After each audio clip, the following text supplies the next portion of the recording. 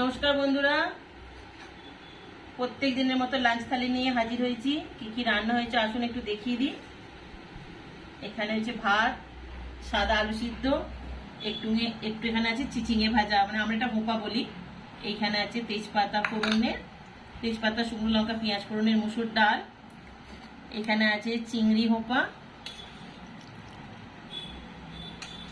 একটু বড় বড় চিংড়ি মাছ দিয়ে আমরা হোপা বলি, আবার অনেক সময় চিচিংও বলি।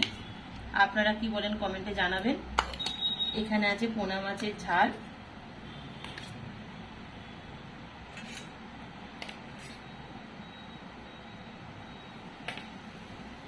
আর একটা এই যে হোপার তরকারিটা করেছি, এটা চিংড়ি মাছ ছাড়া এইটা। আর এখানে আবার যে মাছের ঝাল খাবে না তার জন্য মাছ ভাজা আছে। মানে সব আলাদা আলাদা লোকের আলাদা আলাদা রান্না।